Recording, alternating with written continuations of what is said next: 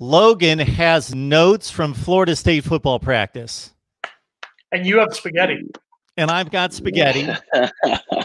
See, eating while live is not a bad thing. Ladies and gentlemen, Jason's got his spear each and every week. This is going to be the show that you're never going to want to forget. Florida State Seminoles Live 42, the episode where Mark Rogers TV, the voice of college football, eats spaghetti and meatballs while talking about spring football. I've never been so unprofessional. Unfortunately, we don't have any meatballs just because I'm lazy. Okay, got it. So spaghetti. I do prefer the meat sauce over the plain sauce, but no meatballs tonight, no meat sauce, just standard stuff. And I thought I would be able to get this all completed and eaten before the big show, but I was mistaken. That's all right. It's our fault. We moved the time up to 7 o'clock this week on a Tuesday. We moved it up, so you didn't know that it was 7 o'clock on Tuesday like it's been the last 2 months. Well, I think it's about 7:08 is our typical time. That's fine. Usually that's because we're late, but that's a Florida thing. That's Florida. And if you're in the live chat, anybody, give us a hi, because I'm certainly hoping, since this was my second attempt at a live stream, because the first one was faulty, I hope that it's on public, so we've got our folks coming on board here. I'm looking on my end. I'm looking on my end, but it's showing it's not. Oh, somebody made a comment. Go blue. I see that right there. Okay. More importantly, thank you. More importantly, we all are negative testing for coronavirus, right? None of us have tested positive. We're just not testing. We're good. Okay, good. No reason to test for it. I'm not going to lie. I really think they feel great. I think they're not going to have fans at the NCAA tournament in Tampa. I'm really thinking that. I'm thinking it's going to be the media members, and that's it. I hope not, because I want to be down there. I need to be down there. I need to be on my best behavior and watch some good basketball. I'll be down there covering it, covering it. But it's starting to get. I've talked to some of the people. I've talked to some of the officials. The NCAA has not decided. The ACC obviously decided they're going to let fans in. The MAC is not allowing their fans, so it's basically a conference by conference thing. But I think it's becoming closer and closer. Like the NCAA is going to have to do something. So it could be interesting. Jason has picked the perfect week not to talk about football, because I'm going to enjoy some spaghetti here, and you guys continue to talk about whatever you'd like to talk about. Hopefully it's somewhat related to Florida State University in some fashion, or occurs in the state of Florida, or at a university somewhere, or something. And then we'll get to Logan's. I want to hear Logan's notes from practice. I want to tell my Florida State football fans here watching on Mark Rogers TV, the voice of college football, while we all watch over to my side here. Oh, that's a nice bite of spaghetti right there. That was nice. That's right there with Logan's salad that he probably has ready to go there. Florida State football fans, be safe, be tested, take it seriously. If you're an old Florida State football fan, you're an old person, take it seriously. It's nothing worse than the flu, but if you're kind of not in the best of medical health, just be safe, be careful. Since you were the most knowledgeable about the subject, apparently, or maybe you're just talking and not knowledgeable about some other things we've encountered at times during these shows, who should be tested? Older people, like for example, my father, who's in his 70s, somebody who can be a little bit more vulnerable. If you're Logan or myself, Logan's in his early 20s. He does drink a lot. He has the liver of a 42-year-old, but he's a 21 or 22, Logan? Or 22. 22-year-old. Myself, 36-year-old, but you've excluded me. Our heart of a 6-year-old, because you're a little bit older than me, but you're still fine. But yeah, we're all in that kind of group where we're going to be fine. The reason we need to take it more seriously in Florida is because of our elderly population. So more for them. Between our elderly population, our population of international travelers, we've had 4 people here down in Broward County. 3 are from cruise ships. Just be careful. That's all I'm saying. If you think you have it, or if you think you have the symptoms of it, get tested. If it's negative, great. If it's positive, you get off work for 2 weeks. So congratulations. I'm watching my camera when I take a bite, because that looks really nasty. So I apologize for the 2 bites that I've taken. It's just not a good look. Can we point out the Mark Rogers put up a pro Michigan fans go blue on there? That's how things are changing here on Mark Rogers TV with college football. Pinero 5, whatever he calls himself, I don't have my glasses to see. Pinero 5 Piro. He is a great supporter of Mark Rogers TV, the voice of college football. He comes on our Ohio State live streams. Does he make fun of you or Ohio State? Full support all the time, full throttle. Got it. We've got spring football to talk about. We got Logan. Show us your notes. Can you show the viewers at home? Yeah. Let's see here. Logan took better notes of Florida State's football practices than he does of class. This is probably the most notes I've written, way more than I've been in class all semester. Mazel tov to you, Logan. Look at that. It's all in English too and everything. Yeah, try to keep it. I'm OCD. You keep it all like that right there. Keep it all in there. So got a shout out to my man Nick too. Logan, so far, first two practices, what has been the most, I guess I'll say, what has been the highlights so far, and what has been the most surprising thing you've seen so far? Number one, highlights, and this is something that I think I've talked about on our podcast. We were expecting a lot more organization, and sure enough, there's a lot more organization, direction, and a lot more discipline. Even today, I posted a tweet talking about Norvell actually during a drill. They were running and trying to show, just down the field running. They wanted full energy, full pace, and a player wasn't giving it. And mid-drill, Mike Norvell literally not just grabs them. I tweeted he snatches them and tells them to get back on the other side of the field and run it again. It wasn't full blast. It wasn't his full throttle like he thought the player could do. So there's a lot more organization drill-wise, and there's more one-on-one, more hands-on coaching than I think you saw with the last staff. And there's going to be a lot more. You're going to have to be held accountable quite a bit. There's also more, I don't know, it just seems a little bit more focused and keyed in. I know people are, at any practice, there's usually like guys having fun, messing around, dancing, blah, blah, blah. But I haven't seen anybody. It's just kind of been focused on, keyed on. I don't know if that's something that Norvell has talked to the team before they went out there and practice, but there is no kind of just messing around. They're focused on drills. And I think a lot of the players, it still will take time. I think once pads get on too, they should be in shells soon, either in the next practice or the one after. I think you're going to see a lot of guys have another wake-up call too, to whenever they start putting on pads, it's going to start getting more intense. And I think you're starting to see there's going to be some good competitions going on, which I'm sure we can talk about. But this is just a whole different kind of vibe. I went to Willie Taggart's practices for his first year and second year. Nothing entirely changed whenever I was at Willie Taggart's the first year to the second year. Even though they had a terrible season, nothing really changed. And obviously we can't tell that until Mike Norvell's second season. So just have to predict on what's going on with the practice right now. But a lot more organization, direction, and surprises. Maybe. It's so hard to tell right now, like if there's anybody showing. There's Asante Samuel's probably going to be one of the best corners in college football next season. Probably right now, the highlight, at least to me, is there's going to be right now it's a quarterback competition between James Blackman and Tate Rodemaker. There's still Jordan Travis has still got to work on a deep ball, and it seems like Rodemaker is pushing hard and going after with Blackman, but James Blackman is still your clear-cut number one guy. But Tate Rodemaker, I think, right now is 1 and 2 with Blackman.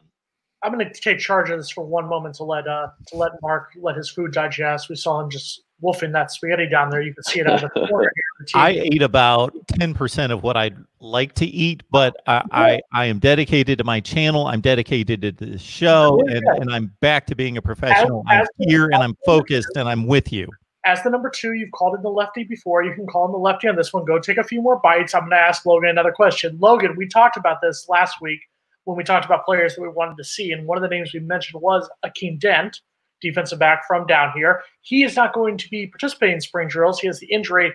And you mentioned the name Asante Samuel. We talked about him before, the ups and downs of Asante Samuel. Talk about that secondary group, because that's one of the groups that I think FSU needs substantial improvement if they're going to do well in 2020. What have we seen so far from them? What can we look for through the remainder of spring from that side of the ball? Travis J comes in, first guy, because we haven't seen much of him, but he was highly talked about in high school. But he's going to have a chance now that Akeem Dent is out for the spring. I mean, I don't like it for Akeem Dent, but I love it for Travis Jay. He's going to go in and get early reps, which he really needs, which he probably wants to learn. You can learn. You can watch. He was all through the playbook last year, Travis Jay was, but once you're on that field, it's going to be a little bit more intense, obviously, and he needs that early time. So Travis Jay has been working around in the corner area a little bit more, which is pretty interesting too. Carlos Becker is actually working at corner, and Renardo Green was moved back to safety a little bit. That's something pretty interesting to me. It's only the second day of practice. You never know what could be switched around and moved around in different parts. But the secondary, to me, Asante Samuel is your number one corner, obviously. Just got to figure out who your another number two corner is on the other side of the field. I think Asante Samuel has a chance. Like I said earlier, he could most certainly be one of the best corners next season in all of college football. I think he's got the mentality straight. And I think he showed some really great flashes last year, and he was by far miles ahead of Stanford Samuels III. Without there's no argument there. So he's gonna have a great year. I'm worried. I'm keeping an eye on Jane Lars Woodby. He's gained some pounds and he's gonna be moved around, kind of like that Derwin James role in a safety area, nickel, buck, whatever you want to call it. He's gonna be utilized in different ways, and he's got to still be able to. He's coming after a leg injury. Both he and Hamza Nasruddin. Hamza Nasruddin is probably coming in too as being one of the best safeties in the country. So I'm excited about the secondary. Just got to figure out who fits where the best. And right now it seems like the staff and Adam Fuller are moving around. Like Woodson is moving Renardo Green back, which Renardo Green, as we saw last year, moved down to corner and had a couple games there and saw some flashes. He just mental mistakes and some immaturity at times. And Carlos Becker, tall, lanky, kind of do very athletic, plays track, long jump, moves down to corner. So I think the whole defensive background, I think there's a lot of tools to mess around with. It just figures out where you're going to put them in the slot in the areas that are going to work the best. For me, the thing that surprises me of what you said is the fact that you said the quarterback position battle seems to be between James Blackman and Tate Rodemaker. But you didn't mention Jordan Travis at all, and that to me makes me think that James Blackman has got this starting job locked up. Because with all due respect, Tate Rodemaker's a good quarterback. Chuba Purdy, who'll be coming in the summertime, he's also a very good quarterback. I really think Mike Norvell has made it clear that he doesn't want to start one of them in the West Virginia game. So if it's between one of them and James Blackman, I think that pretty much indicates James Blackman is going to be the starter, at least entering fall practice at this point, unless he just has a huge breakdown this spring. What do you think Jordan Travis needs to do to even get back into that competition through spring football? For James Blackman, I think Norvell and a lot of the coaches, Dillingham at least, they were kind of telling everybody, yeah, he's going to be the number one guy heading out there. Obviously, he has the most experience out of all of them there, so you already get that lead on them. But also, you bring in, like we were talking about, Rodemaker and Chuba Purdy, two complete true freshmen. But Jordan Travis, where can he be utilized? Because obviously, we saw flashes from him last year. He was able to make huge plays, keep Florida State in games too. And he's also just really fun to watch. He's got really, I don't think he's got the athleticism, but the thing about Jordan Travis is he has good eyes. So he has eyes like a running back does too. So he's got all that. If he could throw, it just seems like that's something that's hindering him a lot. And with this offense, yeah, the running game is going to be really important under Norvell and Dillingham, but they're going to go for shots too. And this is where Blackman has a big arm, and obviously he thinks it is more accurate. And so it's interesting to just keep an eye on between Blackman. Obviously, the true freshman is going to work his way up really hard to compete with Blackman, which I think is great. They had the same kind of build too. Blackman's only about 10 pounds over him, but Blackman's got an inch taller.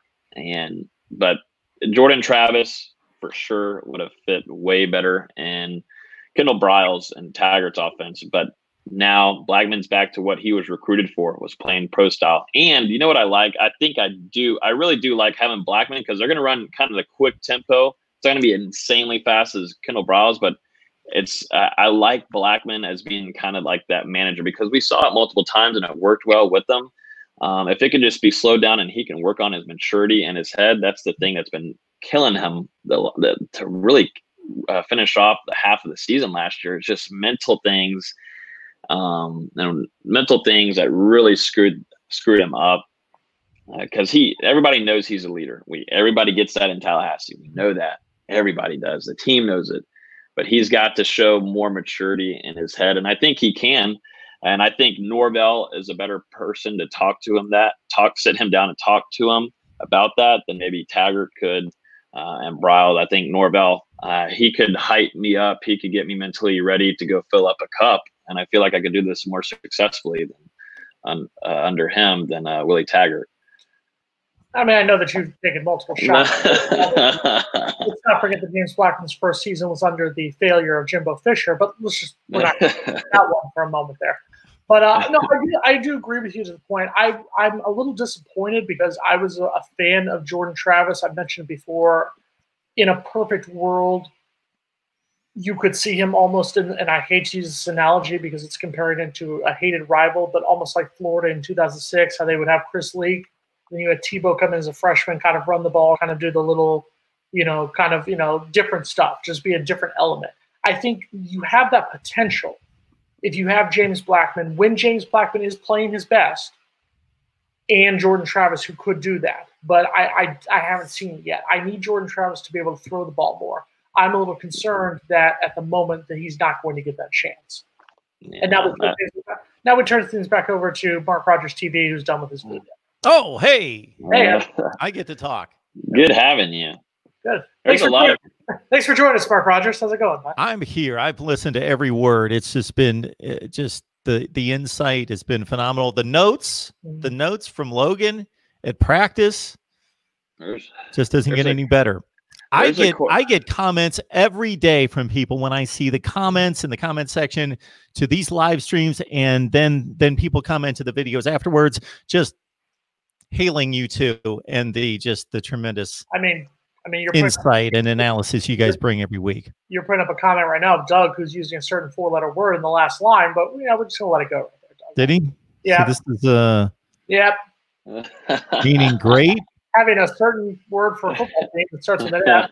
Throwing that out there. Great would be fine. Sorry. Thanks for your support there, buddy. We appreciate it. Appalachian State's a little cool. So I shouldn't let this out, but anybody in the live chat, you've got a certain advantage tonight where I don't have my contacts in and I can't find my glasses. So I'm basically going to every comment. I typically review them and filter them before I hit the screen, but I'm just pretty much just posting everything. The problem is you're also screwed because I have control to where I can take Doug's comment off of the screen. You gave me that control one time a few weeks ago. So sorry, Doug. Awesome. Good to know now. But Doug actually did ask an excellent comment earlier. He said, let's talk about basketball. We're not going to talk about basketball now. We'll wait for the last 5 minutes, and then Logan and I will give you the ACC tournament preview you need. Right, Logan? Yeah, of course. Most certainly. So 7:55. Set your alarms now. There's a lot of deal, questions. Folks. We bring you Florida State football talk every Tuesday night at 7 o'clock Eastern time. This is our 42nd edition with Logan Robinson from Noel Game Day, who showed up for about 35 of them. And 42 for 42. Are you think you're better than a little bit better than that? I think I'm like 39. 39 out of 42. There were a couple weeks I had to do this by myself, and it was bad. It was horrible. By yourself? Yeah, there were a couple I had to do. I told you. You're like, oh, listen, it was great. Logan didn't show up. James didn't show up. Is that how I talk? I've had one time for a half an hour on this thing. Somehow 50 people watched it. Phenomenal. I don't know why, but some people. I've done 3-hour live streams by myself. You can certainly do it. I can do it. I don't want to, but I can do it. Okay. Then we've got Mark Rogers and Mark Rogers TV, who I believe is 40 of 42. Yeah, maybe 39 of 42. 39. Yeah, you both. Yeah. I think Logan and I are tied at 39 of 42. And then 42 for 42. Mr. 42 for 42. Perfect 1,000. Jason Parker, NBC 6. I'm thinking for the 52nd show, for the 1-year anniversary, I'm just thinking 2 words, 1 letter. Chuck E. Cheese. What do you guys think? You're going to join us from Chuck E. Cheese? I may. Go right ahead. If coronavirus doesn't get me in 10 more weeks, I will do a show at Chuck E. Cheese. They don't know it yet. That'd be great. a laptop in, which might be a little weird at a place with a bunch of little kids. But I will go into there's a Chuck E. Cheese about 2 miles away from here.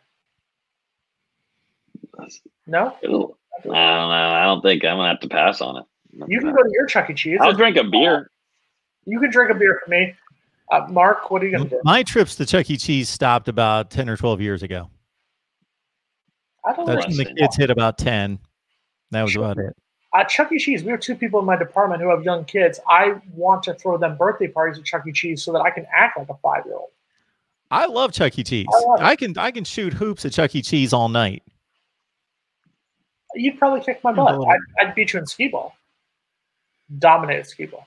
Someone asked about Wyatt Rector in here, and let me see if that's in here. Is it I'm trying to shout out who asked the question. While Logan's looking for that, I want to remind everyone that we're here every week. We got 55 on the line right now, and so Florida State football people, and really we invite fan bases from all over the country. So let people know that we are here. Please, your social media platforms, we can't touch. We're not close to them. You reach people that we don't. So we would love to build this into a powerhouse for Florida State football talk. So please let people know that we're here, and we're here at the same time every week. Logan, what do you think? Jason is every time, every week, 42 consecutive weeks.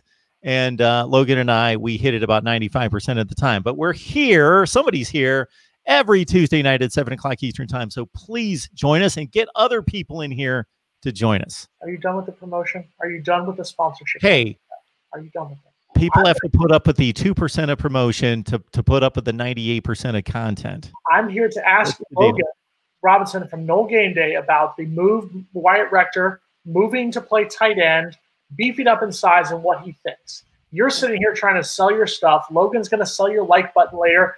I'm going to sell your products later. We've got time. We've got 34 minutes. You can do your sponsorship next time. Logan, tight end, Wyatt Rector, thoughts, comments? So Norvell pretty much talked about before on the press conference. He only noted of one player moving to a different position group. There's obviously going to be more, but what he noted on right away was having Wyatt Rector move from the quarterback position group to the tight end, more of a tight end H-back kind of role. So he can be utilized kind of like your 3 triple threat. Tight end, wide receiver, even running back there. And one thing, obviously, if you're putting him in that, he's got speed to him. Wyatt Rector sits at 6'2". I think he's around 236, 235, 236. He's a big boy. And there's been a lot of chitter chat about him, not only from fans, but also the team itself. A lot of guys respect him. He's a hard worker, big guy in the weight room. And works his tail off, and we actually got to see a little bit of him and practice videos, and he looks pretty smooth, catches the ball nicely, and there's obviously a reason for him to be put down there. Cam McDonald also is at tight end position, just noting on guys around him. Boat Wright is a true freshman coming in, but Cam McDonald, I think, I kind of like Rector there too. They have kind of like that same size, but Cam McDonald is actually putting on quite a bit of weight too, which I like. He has always been that hybrid kind of wide receiver, smaller dude. Putting on a little bit of weight is going to help him block, and he looks good right now. So I like the Wyatt Rector move for what it is right now. Obviously, it trims down your quarterback depth. Chuba Purdy gets here in the summer. But yeah, we'll keep an eye on it. But he's kind of sitting at that H-back position group. You can utilize him in a lot of different ways. And Norvell must see something, and more of Dillingham than anything. I'm sorry. Can we just read Keith Van Horn's comment? Noel in the building. I need to hear more Jimbo bashing. He was a cancer sent from the SEC. I'm just saying, in my opinion. Let's give it up for Keith Van Horn with the quote of the day, because Keith Van Horn is 100% correct. But what else? You did mention though, but you said that Norvell did say that he so far he's only said one position change. What other position changes do you think fans could look for either this spring or in the fall? What are you thinking? I know. Right now, I'm trying to think. There could be some guys moved around defensive end wise to interior D line. I think things are going to be shifted around. There you go. I think things will be all shift. I think there will be a few things switched around. This is a whole new staff coming in. You got new offensive coordinator, new defensive coordinator. Honestly, there's so much talent on that defensive side. I want to see where some of these guys get moved around. I talked about it earlier. Right now, they're kind of testing out with Renato Green going back to safety, and then Carlos Becker going down to corner, which I thought would be flip-flop. Becker, although early in his career, played down at corner. Not a lot of people knew that, but he did for a little bit. He has dealt with some injury things throughout his career. Like I said, he's a dual threat athlete.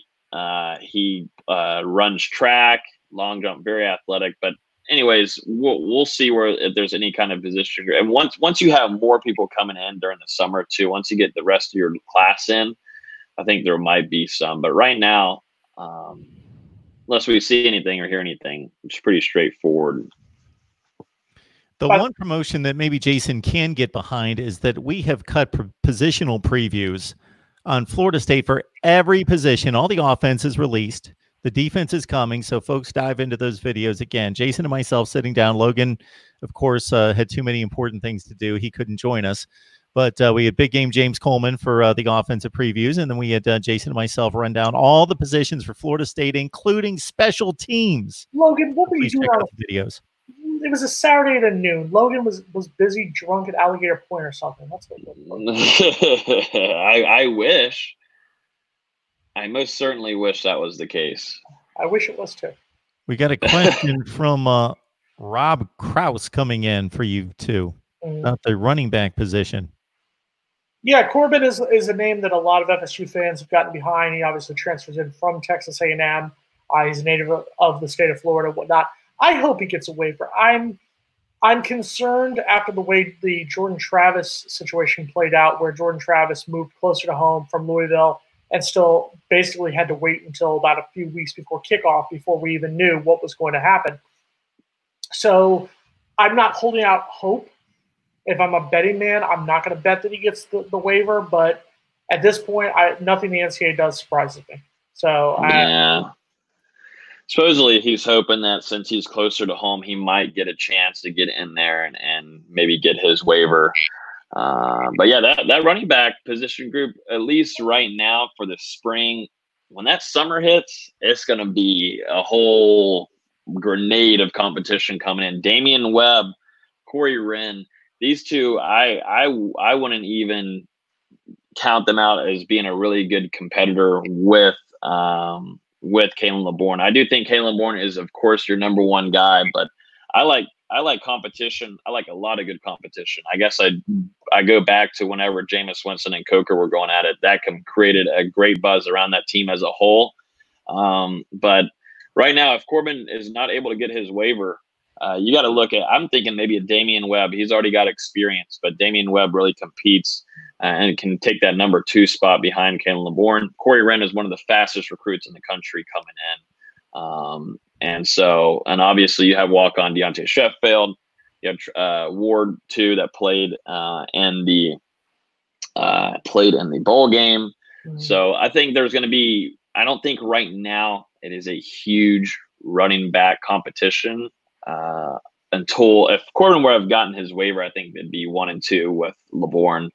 But I'm just I'm really excited for summer to hit when these two cats get here. I've heard some really good things about Damian Webb and the way he's played, and Corey Wren. I like fast guys. Corey Wren can be utilized in a lot of different ways. I think Dillingham has like a Swiss Army knife with him.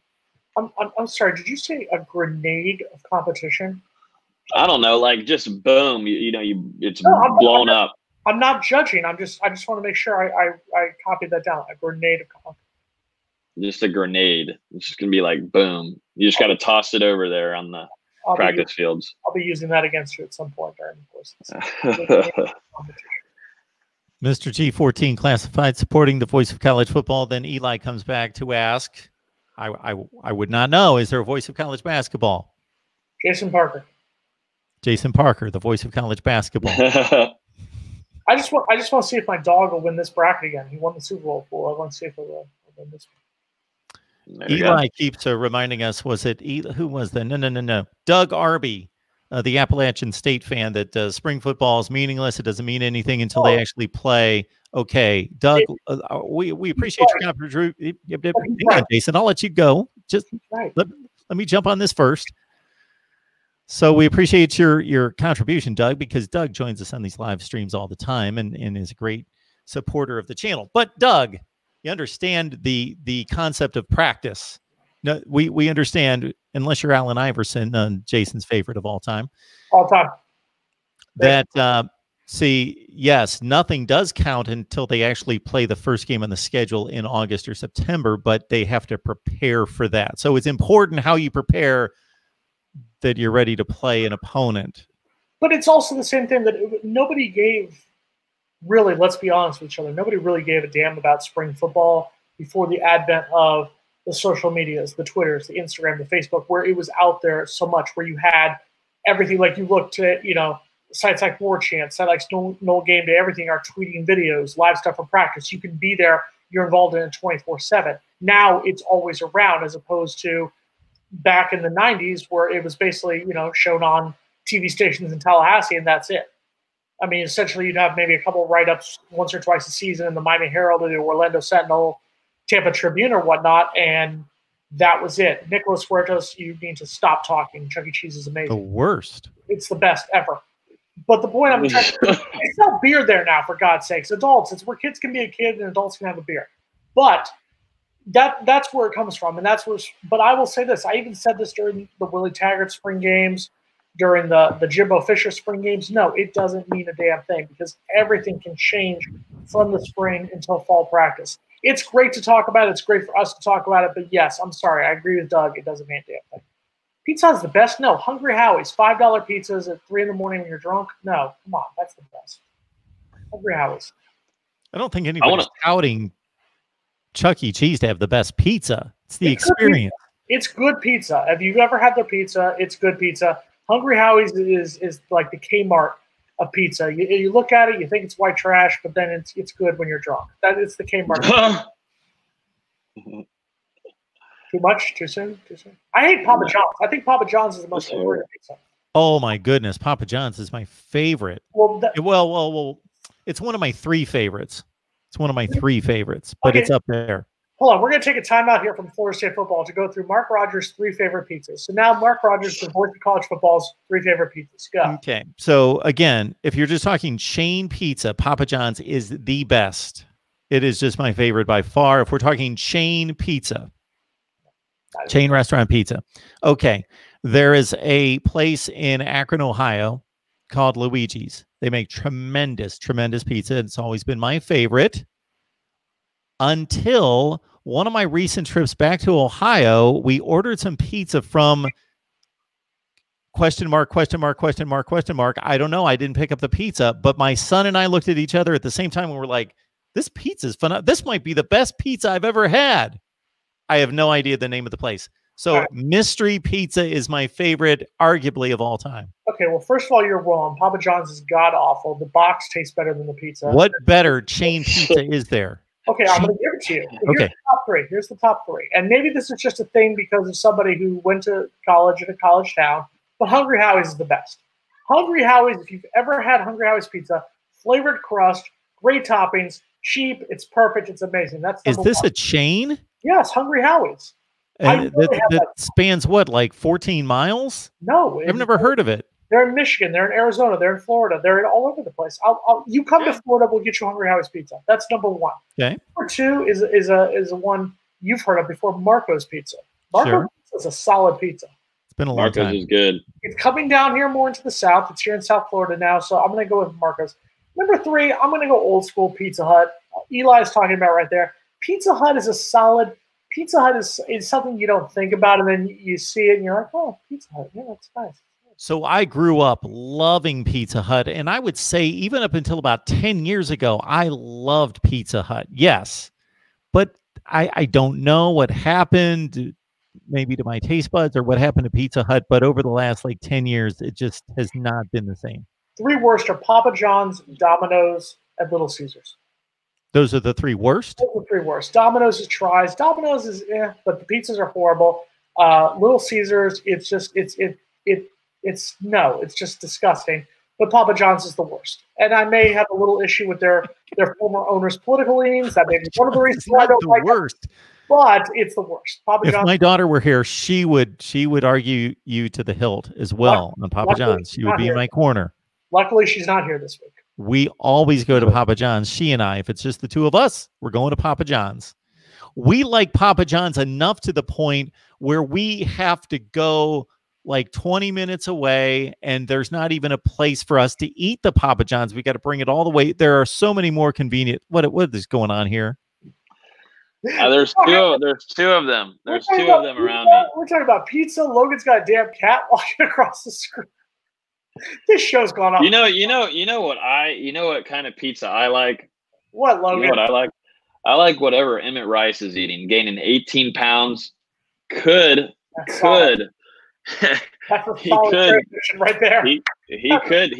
gain 30 pounds by the time Florida State heads over to Atlanta, which I think he can. He's already gained. That's something about the strength and conditioning staff too. These cats are gaining weight, but they're gaining it quick, dog. Like, sweet Jesus. Some of these guys, even DJ Matthews, I think, has gained 7-8 pounds, somewhere around there, and he had a broken hand, so he must be doing legs or whatnot. But Emmett Rice actually looks like a linebacker. Whenever he first came here, I went to multiple practices when Jimbo was here. When Emmett Rice first arrived and all that kind of jazz, he didn't look anywhere close to a linebacker. He looked like your regular Florida State linebacker, which sadly looked like DBs, which is about to change with Coach Storms and company in the strength and conditioning facility. But Emmett Rice actually looks like a linebacker.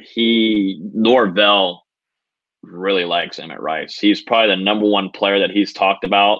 He was the first player that he brought up whenever the media asked which player is standing out to you so far this spring, and he named Emmett Rice first. 18 pounds up. We'll have a chance to maybe get up 25 pounds at least. And he is one to gain a little bit more too. So I do think he will, and he's probably your most physical guy out there. There's someone else on the tip of my tongue, but I cannot think who I'm thinking of. Number 44. Who am I thinking of? Someone in the chat will tell me. Number 44. Yeah. Going crazy over the pizza conversation. I just need to catch up to it. So stand by. We'll get to some more pizza conversation on the posted comments on the screen. And if anybody actually wants to talk Florida State football, of course, leave your comments and questions. I'll get those to the screen as well. And these two will chime in unless I need to. We talked about it a little bit. My opinion as well. When we did the defensive preview, we talked a little bit about this. The linebacker group is an interesting group to me. And you mentioned Emmett Rice. Emmett Rice was somebody from down here in South Florida, played high school football in Miami. I watched him, and I was very happy when he went to FSU. I think that he is one of those players who could have a breakout spring. And he's somebody who I think could go into the fall surprising a lot of people. And I think you mentioned this. It's not just that he's gaining weight. It's not just that these guys are gaining weight. They're gaining good weight. They're gaining strength. They're gaining muscle. They're not just becoming bigger size-wise. And I think that's what's going to help them. Is I think, you hit the nail on the head. We can talk about it. But, yes, the end of the Willie Taggart era, the end of the Jimbo Fisher era was the downhill slalom.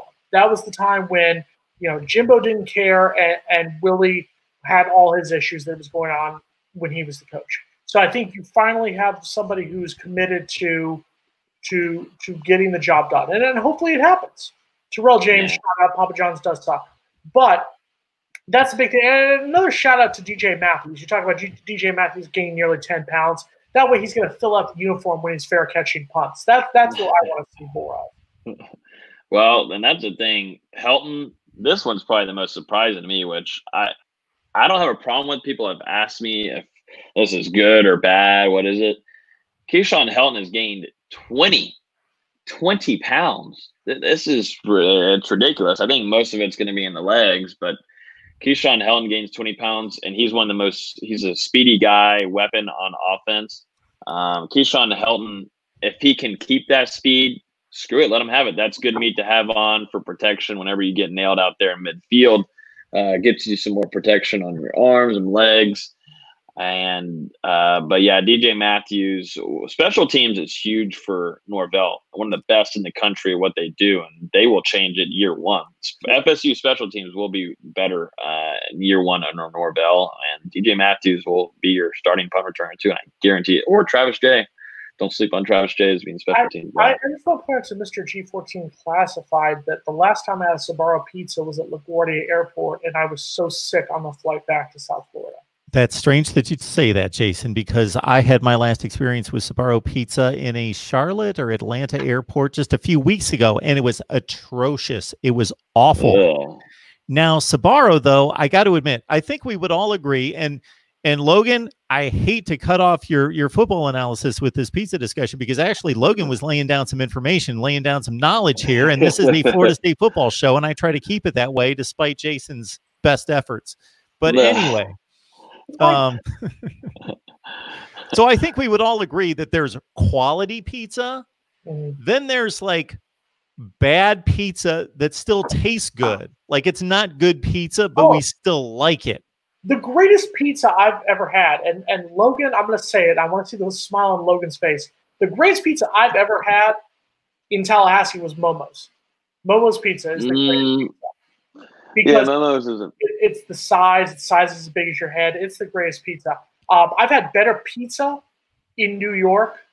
Visiting family in New York City, I've been much better pizza and whatnot there. But as far as we're talking about chains where everyone can recognize. Apparently, home pizza in Ohio is the best, according to Never heard of it. I've never heard of it either. I've only been to Ohio one time in my life, but that's a different issue. So I think that's it. I think you hit the nail on the head. Like I said, Hungry Howie's is the Kmart, and it's not knock against Kmart, but it's just a fact. Nobody says I need to go to Kmart. It's you look, you're like, oh shoot, there's nowhere else I need to go. It's oh god, there's a Kmart. All right, I guess we'll go in there. And then you go to Kmart and you get the stuff you need for $10. That's why. So that's not a knock against Kmart. But you know what else isn't a knock? Hitting the like button, right, Logan? Hitting that like button changes the game. That's the segue great transition. Right there. Yep.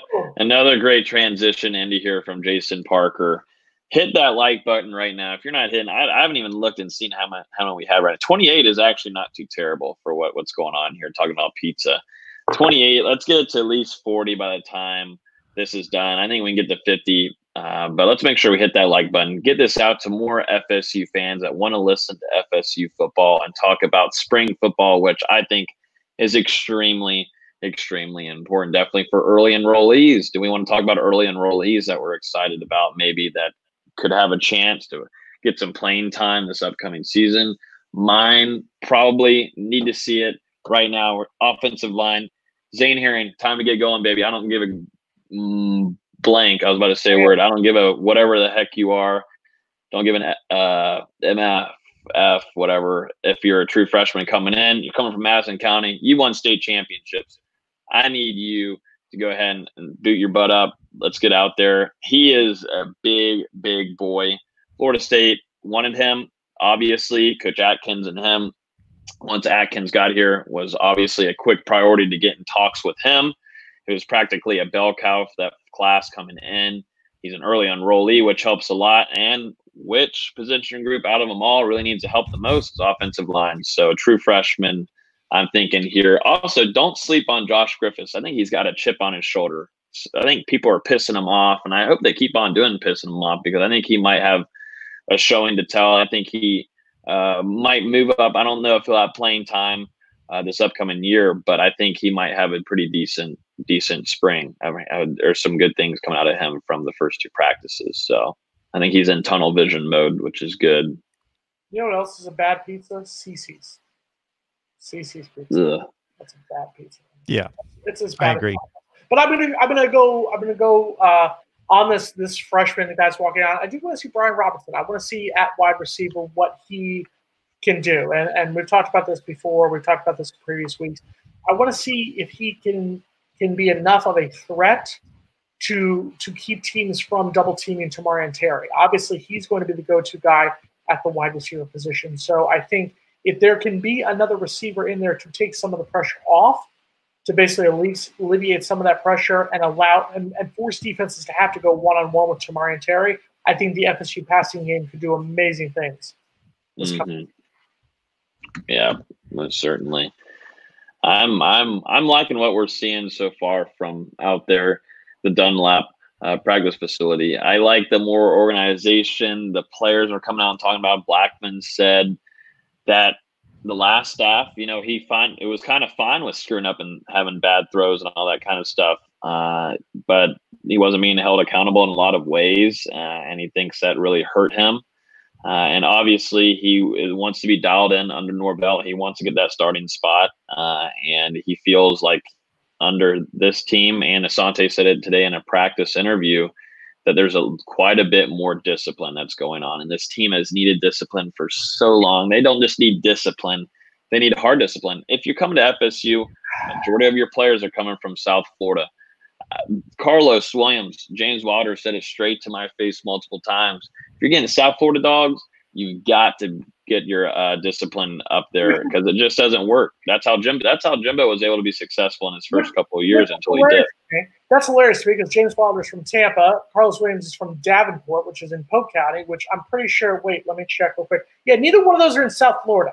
If you're did he play with them? If you're not from Miami-Dade, Broward, or Palm Beach, stay in your lane. All right, Tri-County area, baby. You know how we represent. 561-954-3057. Where'd Devontae Freeman come from? 305. Great guy. There you go. They played with Devontae. I think they played with Devontae Freeman in the same position group. Here's what we're going to do real quick. Next week on Mark Rogers TV, the voice of college football, we are going to have 1 week with Mark Rogers TV, the voice of college football. Sorry, I forgot the TV right there. We are going to have 1 week where Logan is not going to badmouth Willie Taggart, and I will not badmouth Jimbo Fisher. We're talking about. I'm just saying. I'm not even saying. I'm just saying what the Asante Samuel talked about. Discipline is different. I promise I will not point out the fact that Jimbo Fisher was an overrated coach if you don't point out the fact that Willie Taggart went 9-12 in his 21 games. Never said. I don't even talk about Willie Taggart. I just talk about what the players are telling us on social media and letting us know. Letting us know what happened. Let's focus on the future. Norvell. I'll focus on what has changed. We're going to focus forward. Miami's tired of beating FSU. We did grow tired of beating you 7 years in a row. We did grow tired of that, too. So it happens. The Miami winning streak's at what, 2? 3. It's at 3. 3. They won. It won't. They won one game. They won one game on a touchdown with 6 seconds to go. They beat us in our first losing season in over 4 decades by a point. So yeah, but they're back. The U is back. Let's not forget the U is back. Haven't won a title since 2001, since I was in high school. But don't worry, the U is back. 45-17 will be the score this year, according to Tabardine. Tell you what, Tabardine, I will take that one. I'm going to really be willing to bet that not only does Miami not score 45 points, but they don't win that game. Florida State wins that game. When is the last time Miami scored 45 points on anyone? Well, it wasn't on FIU. It wasn't. Louisville. It was Louisville this year. Oh, they did score a lot of points. That was also their last win on November 9th. It's been that long since they won a game. It's been a little while. All right, so we're at the point where, can we talk basketball yet? Can we get our basketball? What time is it?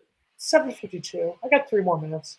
Talk basketball. Talk some hoops. Is there any more in here that I was gonna We're a basketball. No music. No music, by the way, at practice. Just to let you know, Jason, no music today. Just the war chant playing. Sucks. And I'm no sorry. Music. I'm no sorry. music.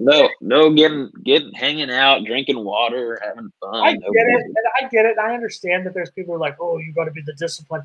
Football is supposed to be. The second you don't have fun is the second when you don't need to be playing the game. The game, it is still. I'll be honest. Here we go.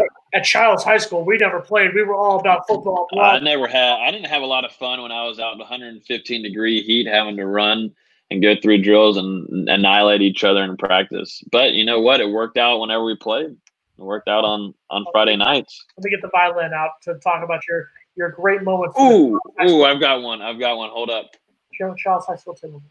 We talking about someone don't sleep on defense? Yes. Jordan Young. Might be time to start taking an eye on number 83. We saw a little bit of it in the spring game. Or no, not the spring game. The bowl game I think he had 3 straight receptions, at least 2, and 2 of them were some really nice grabs. And he's flashed so far in spring practice, and I think he's been patient. And I think he's going to push himself up quite up there to get some playing time, which he deserves. There's a nickname for him. Who am I thinking? Something Yard, something like that. I don't know what it is, but he's in town. It's time for him to kind of get going too, and he has so far. He's got a lot of talent. By the way, I do also want to point out right now, somebody asked earlier about we should talk college baseball. Florida State is beating Florida right now, 1-0, but as we've seen over the last 11 games, that'll change really quickly. Yeah, that will change. That most certainly will change no matter what. On that one. Yeah. No, I mean, if we're talking basketball, though, then I will bet. We can't. 7:55. Hold on. We got to wait. Hold on. So, Mark, what do you have to say? I love that Logan continues to push the Florida State football talk. I'm enjoying it. I'm trying to soak up the knowledge. And we've got somebody in here. I believe it's, I'm going to screw up his handle, but it's G14 Classified, who continues to ask us about the kicking situation. But Jason and I did produce a video, and it will be out soon, where we run through the special teams. And but Jason, you can certainly run through the special teams, and both of you, the special teams, if you have any thoughts about kick return, punt return, people that could be in play. That seems to be the last spot that's decided when everything else falls into place, that anybody know who's going to return kicks and punts, and then who the place kicker is going to be. First off, I'm sorry. It looks like we're keeping Logan awake over here. Good God. No, I'm relaxed. I'm relaxed. I think you're going to see a kicker. You're going to see Ryan Fitzgerald. It's Fitzgerald, correct? Kid from Georgia? Yeah, Ryan Fitzgerald. He was a kid. I think there's a certain sentiment of the FSU fan base that just wanted to get rid of Ricky Aguayo. He topped out. He was, living off his brother for a while. He wasn't a bad kicker. Statistically, he was not a bad kicker. He just never was his brother. At punter, I think Tommy Martin is probably going to be your guy who's going to start off at punter. Though I would not be surprised to see the Australian, Alex the Australian, and I'm not going to even try to butcher his last name, so we're just going to call him Australian Alex for this one.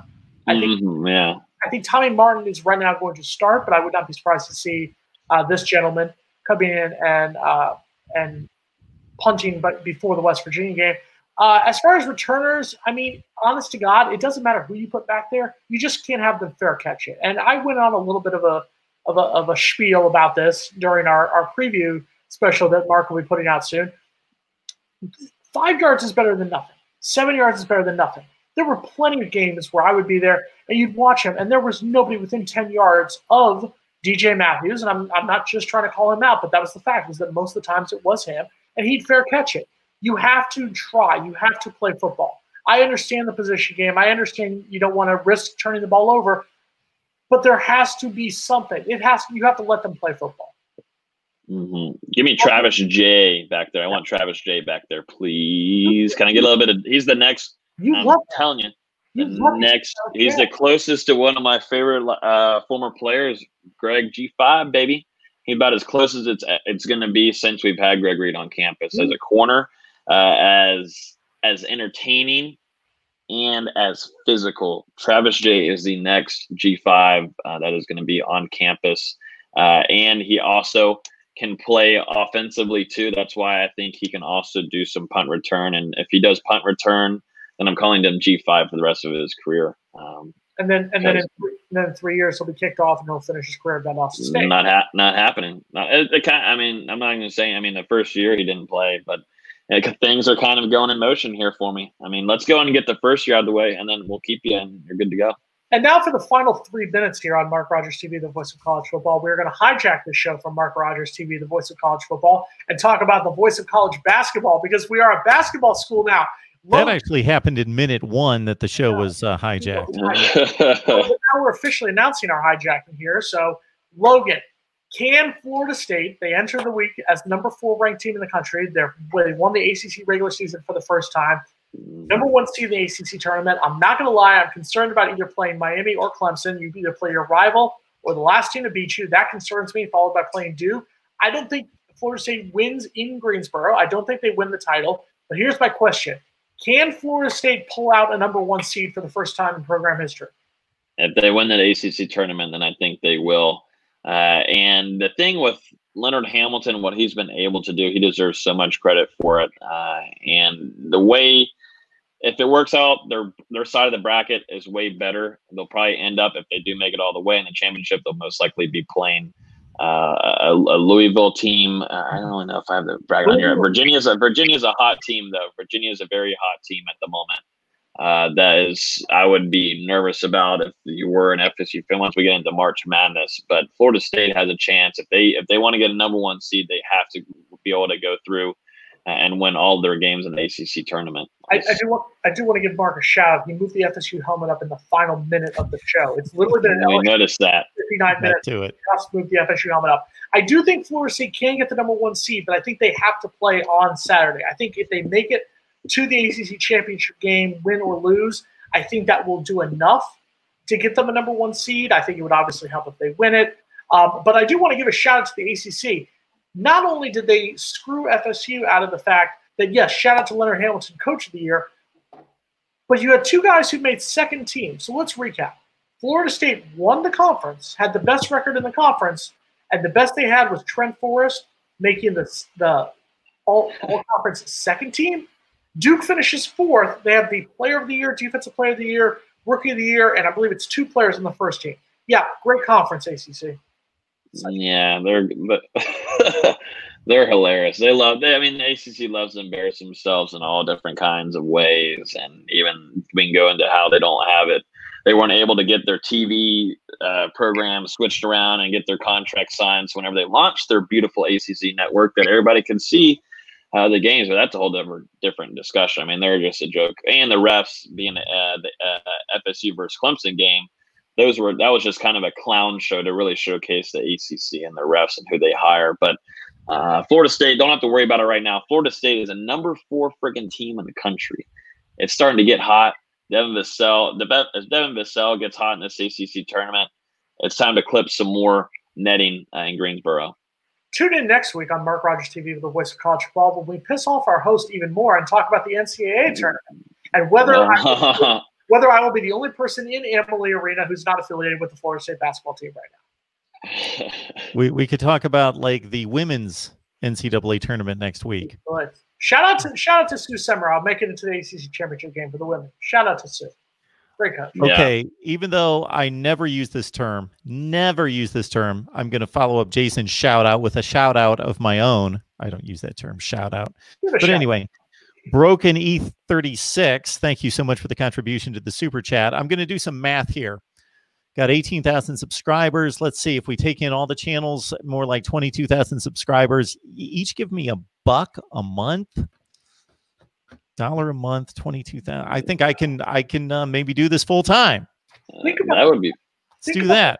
Think about the Chuck E. Cheese party we could have with them. We could have a Chuck E. Cheese party. It would be on me. Oh, absolutely. I can rake in 22 grand a month. I ain't paying for that. Shoot. Just think about that. Take Broken E360 lead right there. Throw in $4 into the super chat. Well, YouTube takes quite a bit. How about $2? Maybe $2 a month, everybody. $2 a month, 22,000 subscribers. Okay, at this point, you should probably take 50 cents. Let's not get greedy here, okay? I get to start to pay these guys. Once I get over $500,000. Jason's ready now. I just want a cupcake. Jeez, 50 cents. Red velvet, though. Your birthday. Red velvet. More expensive. That's all I ask. It's $2. Let's calm down. Oh, hey. Whoa. A big one there. We're not going off the air here. We got to give full due. Sorry, Karen. We kicked you off the post there. Look at it. Wow. It's the same. Now, this is amazing. So, Jason, cover your ears because you don't like when I do this. But Broken E360, I keep screwing up his name. Broken E36. I can't even see that far. You got it. He's given 2 contributions. I have never seen. Have you guys ever seen this guy's handle in the chat? Never. I think he's you. You know what that means? You get a big welcome here. Broken. Oh, here we go.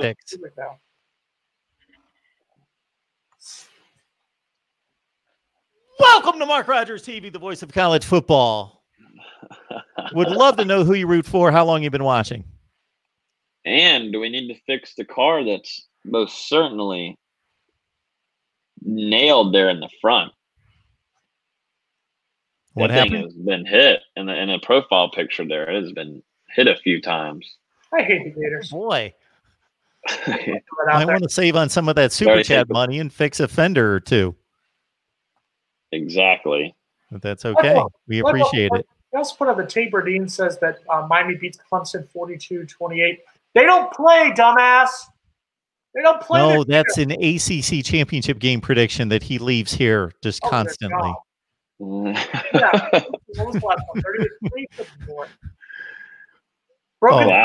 Hey. That just isn't stopping. This is the third one. You're now, what is that? 1, 2, 3. Big fan of Florida State. Big Florida State fan. And maybe he's been watching us and just been kicking back and listening. But we appreciate it. Appreciate that a lot. Broken E36. We're here every Tuesday night at 7 o'clock Eastern time. Every Tuesday night at 7 o'clock Eastern time. I do an Ohio State show. I do a Miami show, but we don't have a set time for those. Here, we are here every week, 7 o'clock Eastern time on Tuesday night with these two. Wait, do you have Miami again this week? At some point. Ooh, my hair's crazy. That's why everyone needs to subscribe, because I send out the notifications, let people know when the other shows are coming up. Mention for the Miami fans out there that their guy, Cam Underwood, Mr. 305, Mr. I love 305, Mr. I'm all about 305, whatnot, went to Cranbrook in Detroit. And for this those means nothing to me. Okay. Detroit, okay. Logan, you've seen the movie 8 Mile, have you not? Yeah. Cranbrook is the movie that in the final scene when Eminem's character is dissing in the final rap battle, and he goes, "You went to Cranbrook, that's a private school." Shout out to Cam Underwood, pride of Cranbrook High School. One of his writers to you told me that at a Canes baseball game and told me to make fun of him for that. So. Oh no, not from the 305. Not from the 305. You hate to see that. He went to Cranbrook. That's a private school. Yikes! You hate to see that. You hate to see that happen to such good people at the U. Let's be kind to your fellow guest analysts. I love Cam. I've already got the restaurant booked where we're going to do our show when we do the Miami Florida State preview. Which is on election night, so that we might have to move that to a different night. Oh boy, so election night. Yeah, let's move. That one there. So, but yeah, we're not going to be on here for election night. That would be really fun. Man, we might get a record crowd. We can watch the returns and we could stay on all night. Judging by our previous conversations about what parties we're on, I think we might want to stay away from each other for that night, just to be friends. Yeah. So Jason has already booked us for remote shows before the Florida State Miami game, the LSU game coming up in a year. Oh, I'm booked us everywhere. If we're doing this for the LSU game in New Orleans, I'm telling you right now, I'm going to be trash. I'm just letting you know right now. You can't wait till after the show. Oh no, we're going to do it live from Bourbon Street. We will do it live from Bourbon Street. You may want to have the 7-second delay on there. That's all I'm saying. Ryan is rooting. Yeah. Ryan has voted for an election night show. Well, we've got plenty of time to think that one over. We're doing election night, aren't we? If we think, it won't end till midnight, 1 a.m., whatever, till it all. The last one was 2:30 in the morning. Yeah, it was late. So a little 7 to 8 wouldn't hurt anybody. Kind of get their eyes off the TV and get in. Maybe I don't feel a bit better. I don't know. What I have considered doing leading into the college football season is doing 24 consecutive hours of live streaming. Oh man, now you know what? That'd probably mean like a 3-hour FSU. You know what? You do that, I'll take off work. I'll do it with you. Oh God!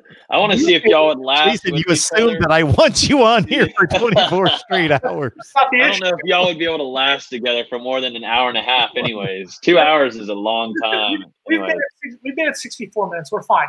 You, me, 24 hours. College football chat. We're actually going to have to talk about other teams besides Florida State. You understand that? That's fine. I can talk about any team. No, I'm sorry. We need to knowledgeably be able to talk about other teams besides Florida State. At least one of us can do that. That was exactly. And I'll be here. So. Oh, I see what you did there. Jason, that would be phenomenal. I would bring on you and a host of others. I don't know that people want to see us discussing college football for 24 straight hours. I'm just going to say my birthday is the Tuesday before the college football season this year. That's all I'm saying. Birthday gift? That'd be a birthday gift? I can easily take off work that day. The problem is I can't do it leading into the college football games like on a Thursday, because then I'm not going to be able to stay up to watch the actual football. So the Tuesday, September 1st, we bring in because there's got to be a recovery period. We bring my birthday with that day. You get the cupcakes, I'll get the pizza. From Papa John's. From Hungry Howie's. Okay. You had a few people in here voting for whatever the name is, Hungry Howie's. I promise you. It's a Michigan company, so you'll hate it. It's not like Marco's, which is Ohio. Hey, I cover Michigan football. I know you do. Go Blue. I'm neutral. We beat their butt in the Orange Bowl. That was a good moment. I know you rooted for us in that game. No, you don't know that. You don't tell me you rooted for Michigan.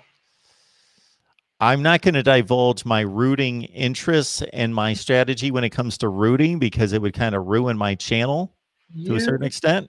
I'm neutral. I watched and analyzed the game, and I'm certainly did some post-game analysis, I'm sure. Admit that a smile came on your face when Naquan Murray caught that touchdown pass.